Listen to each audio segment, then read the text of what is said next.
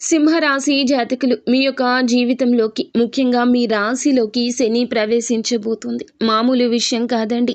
కష్టాల పరంపర మొదలవుతుందని చెప్పక తప్పదు.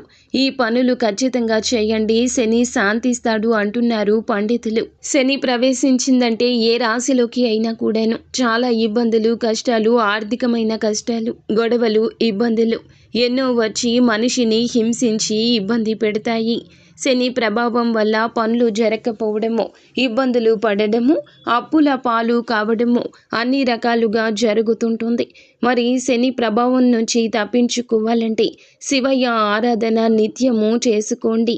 అలాగే శనివారం పూట నలుపు వస్త్రాలు వేయొద్దు, ఉపవాస దీక్ష చెయ్యండి. తద్వారా శని చాలా శాంతిస్తాడు. ముఖ్యంగా కాకులకు అలాగే నల్ల కుక్కలకు ఆహారాన్ని తినిపించండి. శని దోషం తొలగిపోతుంది.